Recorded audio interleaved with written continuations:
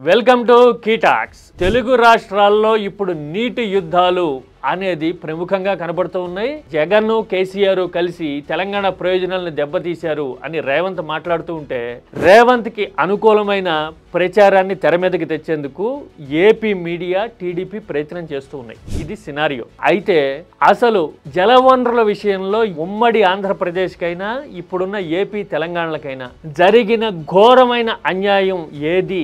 ఒక 25-30 ఏళ్ల చరిత్రను చూస్తే కఠోర వాస్తవాలు కనబడతాయి. అందులో చంద్రబాబు పాత్ర ఎంతవరకు ఉన్నదనేది ఒక పాయింట్ అయితే, తెలంగాణలో రాజకీయ పరిస్థితులు, ఉద్యమం పుట్టడం లాంటి వాటన్నిటికీ కూడా ఆ విధానాలు ఎలా కారణమయ్యాయో చూద్దాం. ఇది పూర్తిగా కృష్ణా రివర్ బేస్డ్ గా జరుగుతున్న ఆరోపణల్లో చారిత్రక వాస్తవాలు బయటపెట్టే ప్రయత్నం మాత్రమే. This is కీటాక్స్.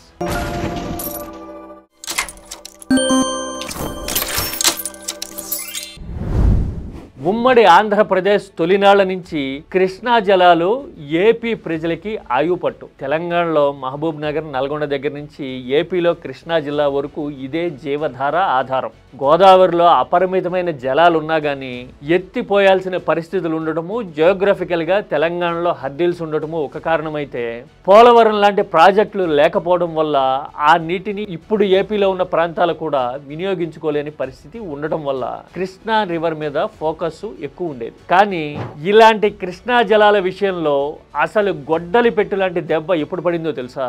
96-97 తర్వాత. ఎస్, చరిత్రను తిరిగేస్తే ఇది కనపడుతుంది. ఆల్మట్టి ప్రాజెక్టు పేరుతో ఎగువనున్న కర్ణాటక వ్యూహాత్మకంగా అడుగులు వేయడము, చకచక అనుమతులు తీసుకొచ్చి ఆల్మట్టి ఎత్తుని అమాంతం 509 మీటర్ల కంటే ఎక్కువకి పెంచడము అనే పరిణామాలు జరిగింది ఈ 97-2004 మధ్య.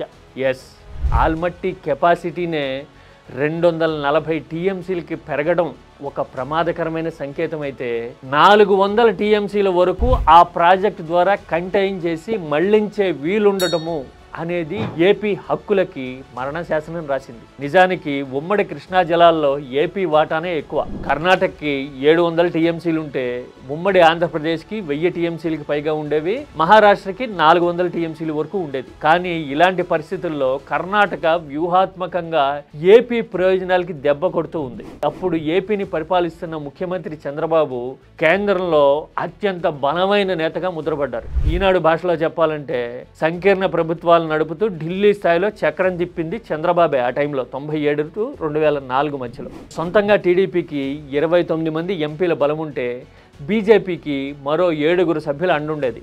అంటే ఉమ్మడి ఆంధ్రప్రదేశ్లో అప్పుడు చంద్రబాబు కూటమికి 36 మంది ఎంపీల బలం ఉండేది. చంద్రబాబు ఇచ్చే మద్దతు మీదే ఆ వాజ్పేయి ప్రభుత్వం నడుస్తూ ఉండేది. అయినా సరే ఆల్మట్టి విషయంలో ఏపీ ప్రయోజనాలకి భంగం కలగకుండా చంద్రబాబు అడ్డుకోలేకపోవడం అనేది చారిత్రక వాస్తవం. తన వల్ల కావడం లేదు అని ఏపీ నుంచి ఏకంగా అఖిల పక్షాన్ని కూడా తీసుకెళ్లి చంద్రబాబు అప్పట్లో వాజ్పేయిని కలిసినా కూడా ఏపీ వాదన నెగ్గకపోవడాన్ని బట్టి చూస్తే పరిణామాలు ఎలా ఉండేవో మనకి అర్థమవుతుంది.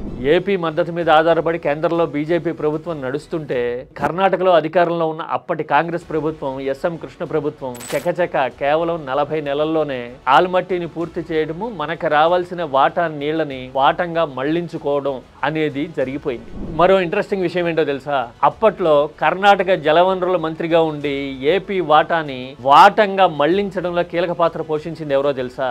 ఇప్పటి కాంగ్రెస్ అధ్యక్షుడు మల్లికార్జున ఖర్గే. ఇది చారిత్రక వాస్తవం. అంటే ఏపీకి జరుగుతున్న అన్యాయాన్ని అడ్డుకోలేకపోయింది చంద్రబాబు అయితే, ఆల్మట్టితో ఏపీకి రావాల్సిన హక్కుల్ని కూడా తమ వైపు మళ్లించుకున్నది అప్పటి కాంగ్రెస్ ప్రభుత్వం.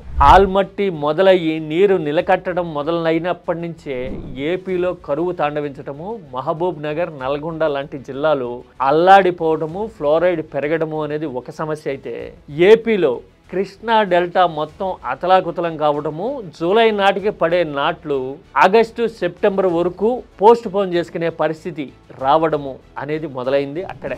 మరి ఇలాంటి పరిణామాలన్నీ కప్పిపుచ్చి ఇప్పుడు కేవలం రాజకీయ ప్రయోజనాల కోసమో, లేకపోతే ఇంతకు ముందున్న రెజీమ్ మీద ఆరోపణలు చేసేందుకో, కేసీఆర్ జగన్ మీదో లేకపోతే ఇంకొకరి మీదో ఆరోపణలు చేయడం వల్ల లాభం ఏమైనా ఉంటుందా?